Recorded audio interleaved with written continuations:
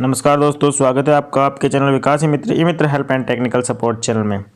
तो दोस्तों, आखिर काफ़ी इंतज़ार के बाद में जो है रेट की बड़ी वाली जो विज्ञप्ति है वो आ गई है। विस्तृत विज्ञप्ति आ चुकी है। पहले इसका एक पेज की विज्ञप्ति दी गई थी तो इसके अंदर कुछ खास कर चीज़ें नहीं बताई गई थी। तो जो ये बड़ी वाली विज्ञप्ति आ गई थी इसके बारे में आपको जो है पूरा विस्तृत रूप से समझा के एक पॉइंट को इसके अंदर बताने वाला हूँ। तो वीडियो को लास्ट एंड तक ज़रूर देख लेना और एक एक चीज़ को एक पॉइंट को समझ लेना। और वीडियो पे अगर नए हो, चैनल पे नए हो तो चैनल को सब्सक्राइब कर देना और वीडियो को लाइक ज़रूर कर देना। तो सबसे पहले तो हम बात कर लेते हैं कि रीट जो है 2021 लगा के जो आई है रीट 2021 से। तो ये जो है राजस्थान माध्यमिक शिक्षा बोर्ड करा रहा है अजमेर। इसके अलावा इसका कार्यक्रम देख लेते हैं। तो 11 जनवरी 2021 से लेकर 8 फरवरी 2021 तक जो फॉर्म भरे जाएंगे। फीस के जमा कराने की जो डेट है वो केवल 4 फरवरी तक ही है। तो इस बात का विशेष ध्यान रखिए। आप 8 फरवरी को लास्ट डेट ना माने, 4 फरवरी को ही लास्ट डेट माने और लास्ट डेट का इंतजार नहीं करें और जल्दी से जल्दी फॉर्म भरें। इसके अलावा जो इसमें दे रखा है प्रवेश पत्र डाउनलोड करने की, तो 14/4/2021 लास्ट डेट दे रखी है। तो परीक्षा तिथि 25/4/2021 है। तो 25 अप्रैल इसको जो है परीक्षा डेट दे दी है। परीक्षा का टाइम आप देख सकते हैं। जो लेवल 2 है उनका एग्ज़ाम 10 बजे से 12:30 बजे तक और लेवल 1 है उनका एग्ज़ाम 2:30 बजे से 5 बजे तक होगा। इसके अलावा अब हम कुछ इसकी सामान्य सूचनाओं के बारे में जानकारी कर लेते हैं। तो ये जो एग्ज़ाम है आपको मैंने पहले बता दिया, माध्यमिक शिक्षा बोर्ड अजमेर द्वारा कराया जाएगा। इसके अलावा दोस्तों इसका फॉर्म की प्रक्रिया जो है वो ऑनलाइन होगी। ऑनलाइन इसका फॉर्म भरा जाएगा राजस्थान एजुकेशन बोर्ड वाली साइट पे। तो वहाँ पे आपको लिंक मिल जाएगी रीट 2021 के नाम से। तो वहाँ पे जाके जो है आप ऑनलाइन फॉर्म भर सकते हैं। तो ऑनलाइन फॉर्म में जो है आपको नाम, पिता का नाम, माता का नाम, लेवल वगैरह, मोबाइल नंबर, ये सब चीज़ें डालनी होगी सबसे पहले। फिर उसके बाद में आपका एक टोकन जनरेट होगा, वो आपको जमा करवाना है या तो बैंक से ऑनलाइन या फिर आप ई मित्र के माध्यम से भी जमा करवा सकते हैं। उसके बाद में जो आपका पेमेंट हो जाएगा उसके बाद में आप फॉर्म भर सकते हैं। तो इस प्रकार से आप फॉर्म भर देंगे। ऑफलाइन फॉर्म नहीं भरा जाएगा, ऑनलाइन ही भरा जाएगा, इस बात का ध्यान रखना। पेमेंट क्या है पे आपको बता देता हूँ। जैसे अगर मान लो आप एक लेवल के लिए एग्ज़ाम देते हो तो आपको जो है 550 रुपये फीस देना पड़ेगा। और अगर आप दोनों लेवल के लिए एग्ज़ाम देते हो तो आपको 750 रुपये फीस। इसके अलावा जो भी ट्रांजेक्शन चार्ज और अगर आप ई मित्र के माध्यम से भरा रहे हो तो उनके भरने का चार्ज अलग से होगा। तो ये केवल फीस है। इसके अलावा ट्रांजेक्शन चार्ज प्लस भरने का चार्ज अलग है। इसके अलावा दोस्तों इसमें एक बात का ध्यान रख लेना कि आप जो है पहले ये सुनिश्चित कर ले कि आप फॉर्म अपनी मतलब जो है योग्य हैं इसलिए भर रहे हैं। तो आप पहले तो ये सुनिश्चित कर ले, क्योंकि इसमें जो है फ़ीस वापस नहीं होगी। तो फॉर्म भरने से पहले ये चीज़ ज़रूर देख ले। और जो फॉर्म भरोगे आप तो उसमें गलती नहीं करना है। और जो भी डिटेल भरो, जैसे कि आपका नाम, फादर्स नेम, मदर्स नेम और जो भी डिटेल भरो, डेट ऑफ बर्थ वगैरह, 10वीं की मार्कशीट के आधार पर ही भरना, चाहे आपकी अदर मार्कशीट में कुछ भी हो। तो इस चीज़ को ध्यान रख लेना। और आप जहाँ पर भी फॉर्म भराने जाओ तो उनके भरोसे पर नहीं रहे और अपना फॉर्म जो है खुद अच्छे से चेक करें और उसके बाद में जो है सबमिट करवाएं। तो इस बात का विशेष कर ध्यान रखें। आप दूसरों पे जो है निर्भर नहीं रहे इस फॉर्म पे और खुद अच्छे से चेक होने के बाद ही फॉर्म को सबमिट करें। तो इसके अलावा जो है एक चीज़ मैं बता दूं, वैसे अगर आपका फॉर्म गलत हो जाता है तो सबसे पहले मैं आपको बता दूं कि आपका नाम, डेट ऑफ बर्थ, जेंडर और कैटेगरी गलत नहीं होनी चाहिए। इसके अलावा अगर कोई और गलती होती है तो आपको जो है आपके फॉर्म में संशोधन का एक मौका दिया जाएगा। तो आप एक बार आपको जो है मौका दिया जाएगा एडिटिंग का, तो आप वो एडिटिंग करा सकते हैं। अब जो इसकी जो सबसे महत्वपूर्ण बात है उस पर आ जाते हैं हम। इसके लिए शैक्षणिक योग्यताएं क्या क्या जरूरी है। तो हम चलते हैं सबसे पहले लेवल 1 के लिए जो शैक्षणिक योग्यताएं हैं उसमें तो सबसे पहले आ जाती है कि न्यूनतम 50% अंकों के साथ उच्चतर माध्यमिक यानी 12वीं एवं प्रारंभिक शिक्षा शास्त्र में द्विवर्षीय डिप्लोमा, जिस नाम से भी जाना जाता हो, में उत्तीर्ण हो, इस कोर्स के अंतिम वर्ष में अध्ययनरत हो। तो यहाँ पर आप देख सकते हैं। तो यहाँ पर दे रखा है 50% अंकों के साथ में जो होने चाहिए आपकी 12वीं और उसके अलावा द्विवर्षीय डिप्लोमा, जो भी BSTC DLED आप जो भी इसको कहते हो। इसमें एक बात का ध्यान रख लेना, जो SC ST OBC और तलाकशुदा, विधवा, ऐसी जो कैटेगरियाँ हैं उनको 5% की अतिरिक्त छूट दी हुई है। तो न्यूनतम अंकों में 12वीं के अंदर जो 50% लिखा हुआ उसमें 50 से इनको 5% की एक्स्ट्रा छूट है, तो उनके 45% तक चल जाएगा। इसके अलावा दोस्तों न्यूनतम 45% अंकों के साथ 12वीं एवं प्रारंभिक शिक्षा शास्त्र में द्विवर्षीय डिप्लोमा, जिस नाम से भी जाना जाता हो, में उत्तीर्ण, जो राष्ट्रीय अध्यापक शिक्षा परिषद मिनिमम 2002 के अनुसार प्राप्त किया गया। तो ये उस टाइम का है जो 2002 के आसपास जिन्होंने भी BSTC की थी उनके लिए है ये, जो 45% अंक उनके चल जाएंगे। बाकी इसके अलावा 5% की छूट है, तो SC ST OBC वालों को 40% में भी काम हो जाएगा। इसके बारे में आपको डिटेल जो है नीचे बताने वाला हूँ। उसके अलावा न्यूनतम 50% अंकों के साथ 12वीं एवं 4 वर्षीय प्रारंभिक शिक्षा शास्त्र में स्नातक, यानी कि उसको कहते हैं BLED, तो उसका कोर्स होता है 4 साल का, उसमें उत्तीर्ण होना चाहिए या फिर अंतिम वर्ष में अध्ययनरत होना चाहिए। तो 50% का मतलब आप समझ गए कि आपको 5% की छूट और मिल जाएगी अगर आप SC ST OBC या फिर अलग कैटेगरी से आते हैं। तो जनरल वालों के लिए केवल 50%। इसके अलावा यहाँ पर आगे देख सकते हैं न्यूनतम 50% अंकों के साथ 12वीं एवं शिक्षा शास्त्र यानी विशेष शिक्षा में द्विवर्षीय डिप्लोमा या इस कोर्स के अंतिम वर्ष में जो स्पेशल एजुकेशन का कोर्स करते हैं जो उनके लिए है ये, तो उनके लिए भी 12वीं में 50% और जो उसका डिप्लोमा के लास्ट ईयर में कम से कम होना चाहिए। तो इसमें भी वही बात आ गई, आपको 5% का ध्यान रखना है। इसके अलावा एक लिखा हुआ है स्नातक एवं प्रारंभिक शिक्षा में द्विवर्षीय डिप्लोमा चाहे जिस नाम से भी जाना जाता हो, तो ये भी है। अगर आप स्नातक हो तो भी भर सकते हो इसके अंदर। तो अगर आप स्नातक होते हो तो इसमें नहीं दे रखा कि 12वीं में इतनी परसेंटेज होनी चाहिए, तो इसमें ये साफ साफ दे रखा है कि आपकी अगर स्नातक है और BSTC है तो आपको शायद 12वीं की जो है डिटेल की परसेंटेज की जो है इसमें बाध्यता नहीं दे रखी। आगे चलते हैं दोस्तों, स्पष्टीकरण यहाँ पर दे रखा है कुछ। तो इसमें जो दे रखा है कि A B C व E जो है वो सामान्य शिक्षकों के लिए, तथा G जो है जो इसमें विशेष शिक्षक के लिए है, जो विशेष शिक्षा है स्पेशल एजुकेशन, तो वो उसके लिए है।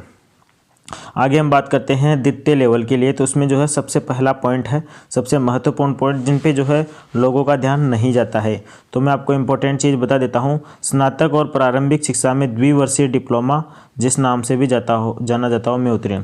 यहाँ पर ध्यान रख लेना, अगर आपके पास स्नातक है यानी ग्रेजुएशन कर रखी है और 2 ईयर डिप्लोमा यानी कि BSTC या DLED कर रखा है, तो आप लेवल 2 के लिए पात्र हो। ये चीज़ जो है बहुत सारे लोगों को पता नहीं है। ये पिछले बार भी होता था ये, और अभी भी है ये, लेकिन पिछली बार भी कई लोगों को पता नहीं था। मैं आपको बता देता हूँ इस बार। अगर आपने BSTC कर रखा है, DLED कर रखा है और आपने ग्रेजुएशन भी कर रखा है, तो आप लेवल 2 में भी फॉर्म भर सकते हैं, इस बात का ध्यान रखें। इसके अलावा हम दूसरे पॉइंट पर जाते हैं। न्यूनतम 50% अंकों के साथ स्नातक या स्नातकोत्तर एवं B.Ed उत्तीर्ण या B.Ed कोर्स के अंतिम वर्ष में अध्ययनरत। तो यहाँ पर आपको जो है ग्रेजुएशन में 50% अंक होना चाहिए, या तो ग्रेजुएशन में या फिर पोस्ट ग्रेजुएशन में। मतलब कई बार क्या होता है कि हमारे ग्रेजुएशन में पूरी परसेंटेज नहीं बनती, तो MA करके फिर B.Ed करना पड़ता है MA की परसेंटेज के आधार पर। तो ये उसके लिए, अगर मान लो किसी के BA में नहीं है तो MA में होनी चाहिए, साथ में B.Ed होना चाहिए या फिर B.Ed के लास्ट ईयर में एडमिशन होना चाहिए। 50% अंक है। इसके अलावा आपको पता है, मैंने आपको पहले बता दिया कि SC ST OBC और जो भी अलग कैटेगरी है उनको 5% की एक्स्ट्रा छूट है। इसके अलावा यहाँ पर एक जो दिया हुआ है, न्यूनतम 45% अंकों के साथ स्नातक एवं शिक्षा शास्त्र में 1 वर्षीय स्नातक B.Ed में उत्तीर्ण। तो यहाँ पर जो है इसका मैं आपको नीचे बताने वाला हूँ कि ये क्या मामला है। यहाँ पर ऊपर तो 50% दिया है, यहाँ पर 45% दिया है B.Ed और स्नातक में, तो इसका क्या मामला है मैं आपको नीचे बताऊँगा। आगे बताता हूँ। न्यूनतम 50% अंकों के साथ 12वीं एवं 4 वर्षीय प्रारंभिक शिक्षा शास्त्र में स्नातक, तो ये वही बात आ गई जो अपन ने लेवल 1 में देखा था। तो यहाँ पर 12वीं और 4 वर्ष में जो है प्रारंभिक शिक्षा में जो BLED है उसके लिए है। इसके अलावा जो ऐसा ही है कि 50% अंकों के साथ 12वीं और 4 वर्षीय BA B.Ed BSc B.Ed जो का कोर्स होता है अभी इंटीग्रेटेड 4 साल का, वो भी दे रखा है कि अगर उसके आपके लास्ट ईयर है तो भी आप इसमें फॉर्म भर सकते हो। तो आप इसका भी ध्यान रख लेना। जिनके 4 साल वाली BA कर रखी है या कर रहे हैं वो भी इसमें फॉर्म भर सकते हैं। इसके अलावा इसके अंदर एक दे रखा है न्यूनतम 50% अंकों के साथ स्नातक या स्नातकोत्तर एवं 1 वर्षीय B.Ed विशेष शिक्षा में उत्तीर्ण या B.Ed विशेष शिक्षा कोर्स के अंतिम वर्ष में अध्ययनरत। तो अगर आपने जो है न्यूनतम 50% अंकों के साथ स्नातक या स्नातकोत्तर, उसके अलावा आपको 5% की छूट मिल ही रही है। उसके अलावा जो है वो B.Ed होती है 1 साल की स्पेशल वाली, तो वो होनी चाहिए। 1 साल वाली हो 2 साल वाली हो कोई भी चल जाएगी। इसमें आपको वही बात आ जाती है कि जो ये वाला है, जो लास्ट वाला F वाला, वो विशेष शिक्षक के लिए है। तो इस बात को ध्यान देना योग्य है। तो यहाँ पर आप देख लेना। तो यहाँ पर मैंने आपको बता ही दिया है कि स्नातक एवं स्नातकोत्तर दोनों में ही 50% दोनों में से किसी एक में होना चाहिए अगर आपने स्नातकोत्तर किया है तो।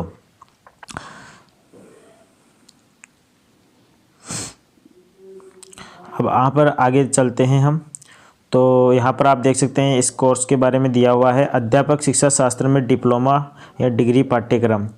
तो ये यहाँ पर जो है आप देख लेना कि जो NCTE से मान्यता प्राप्त है उन्हीं कोर्स को मान्यता है। इसके अलावा जो विशेष शिक्षा है उसमें RCI द्वारा जो है भारतीय पुनर्वास परिषद उसके द्वारा जो मान्यता प्राप्त विद्यालय हैं उनको ही जो है उनके कोर्सों को ही मान्यता यहाँ पर दी गई है। तो इस विशेष ध्यान रखिए कि आपका जो कोर्स है वो NCTE या फिर RCI द्वारा अप्रूव्ड होना चाहिए।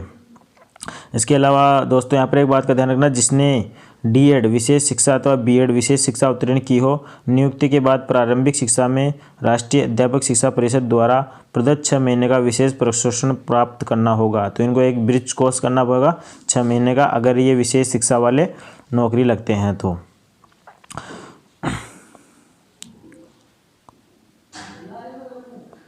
अब यहाँ पर आप देख सकते हैं कि कई लोग हैं जो अभी जो है स्टडी कर रहे हैं, यानी कि उनकी रनिंग में है पढ़ाई।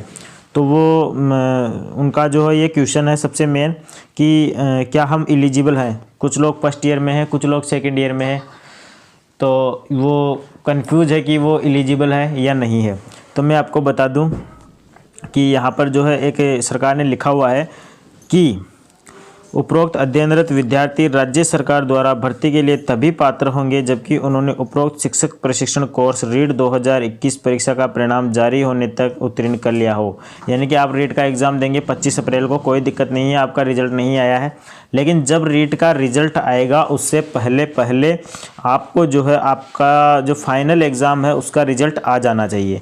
तो जैसे कि मान लो अभी BSTC वाले हैं तो उनकी BSTC चल रही है, अभी जो सेकेंड ईयर में है उनका फर्स्ट ईयर का एग्ज़ाम चल रहा है इस जनवरी में।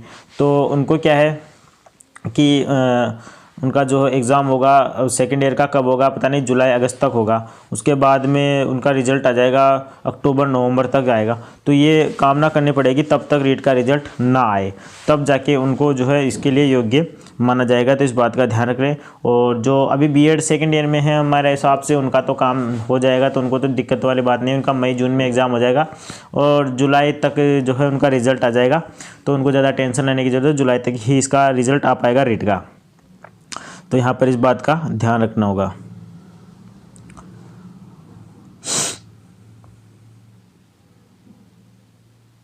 अब यहाँ पर जो मैं आपको बता रहा था वो पॉइंट है, वो जो बीच में 45% वाले आ रहे थे वो क्या है, तो मैं आपको बता देता हूँ कि इसके अंदर क्या है कि NCTE की एक अधिसूचना आई थी 27/9/2007 को, जिसके अंदर क्या होता था कि कम परसेंटेज वालों को B.Ed करने का मौका दिया गया था। तो कई लोगों ने जो है जम्मू कश्मीर से B.Ed की थी वो, तो उसके लिए है वो 45%। तो जैसे मान लो 2007 से पहले जो है जिन्होंने B.Ed की जम्मू कश्मीर से, तो उनके लिए मौका है। और अगर उनके मान लो 45% जनरल से हैं तो वो फॉर्म भर सकते हैं, और अगर SC ST OBC से तो 40% से ऊपर है तो लोग फॉर्म भर सकते हैं। तो वो जो चीज़ थी वो इसके बारे में थी, जम्मू कश्मीर से जो B.Ed करते हैं बाहर से कम परसेंट होने के बावजूद भी उनके लिए थी। तो इसमें विशेषकर आप देख लेना, इसमें अलग अलग नियम के हिसाब से अलग अलग चीज़ है। 2009 के बाद में तो 50% अंक अनिवार्य हैं, उससे पहले जो है 45% वाले भी फॉर्म भर सकते हैं। यहाँ पर आपको मैंने जो मेन चीज़ है वो पहले ही बता दी थी कि अनुसूचित जाति, अनुसूचित जनजाति, अन्य पिछड़ा वर्ग, MBC, EWS, विशेष योग्यजन, विधवा, तलाकशुदा महिला अभ्यर्थियों को निर्धारित शैक्षणिक योग्यता के हर अंकों में 5% की छूट दी जाएगी। तो यहाँ पर जो है इनको सबको जो है जो मार्क्स है जो कि इसमें लिखे हुए थे उसमें 5% की छूट दी जाएगी। तो यहाँ पर आप ये चीज़ें देख सकते हैं। इसके अलावा यहाँ पर सिलेबस की बात करें, सिलेबस का मैंने पूरा विस्तृत जो है अलग से वीडियो बना लिया है, तो वो भी अभी कुछ देर बाद में अपलोड हो जाएगा, तो आप वो वीडियो देख लेना। सिलेबस में वैसे कोई ज़्यादा बदलाव नहीं किया गया है, पहले जैसा ही लगभग सिलेबस है, थोड़ा बहुत चेंज किया है तो मैं आपको बता दूँगा। आगे हम बात करें परीक्षा प्रक्रिया एवं आयोजन की, तो आपको पहले ही बता दिया 25 अप्रैल 2021 को एग्ज़ाम होगा। एग्ज़ाम का टाइम टेबल वगैरह सब मैंने बता दिया है पहले ही। यहाँ पर एक बात का ध्यान रखना, अगर आप दोनों लेवल से फॉर्म भरना चाहते हैं तो फॉर्म में भरते टाइम ही बोथ लेवल कर देना। अगर मान लो आप ऐसे करते हो कि पहले एक लेवल से भर दिया और फिर थोड़े दिनों बाद सोचे यार एक लेवल से और भर देते हैं, तो इसमें आपको दो नुकसान होंगे। पहला तो आपकी फीस ज़्यादा लगेगी, 550 कितने हो गए, 1100 रुपये, ऐसे आपको 750 में काम हो रहा है। दूसरी बात क्या है कि आपके जो एग्ज़ाम सेंटर है वो अलग अलग आ जाएंगे। अगर आप एक साथ बहुत लेवल करते हो तो आपका एग्ज़ाम सेंटर एक ही जगह आएगा। अगर आप जो है अलग अलग फॉर्म भरते हो तो आपका जो है सेंटर अलग अलग जगह पर आ जाएगा। तो इस बात का विशेषकर ध्यान रखें। रेट का जो प्रवेश पत्र है वो आ जाएगा वेट की वेबसाइट पे, जो है डाक द्वारा नहीं भेजा जाएगा, ईमेल पे जो है आपको या फिर मोबाइल पे मैसेज दे दिया जाएगा कि आपके एडमिट कार्ड डाउनलोड कर सकते हैं। तो इस बात का विशेषकर ध्यान दीजिए।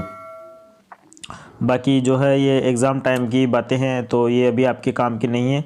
आपको अभी केवल जो है फॉर्म भरने पे ध्यान देना है और तैयारी पे ध्यान देना है। ये आपको पता चल ही गया है कि आपको पास होने के लिए कितने उत्तीर्णांक है, लेकिन इस बात पे आपको ध्यान नहीं देना है। आपको आपकी तैयारी जो है हाई लेवल पे करनी है। आपको 55% से क्या मतलब है, 55% कट ऑफ जाती भी नहीं है। तो आपको जो इन सब चीज़ों पर ध्यान नहीं देना, आपको तो 70-75 के ऊपर ध्यान देना है। इस बात का विशेषकर ध्यान रखें।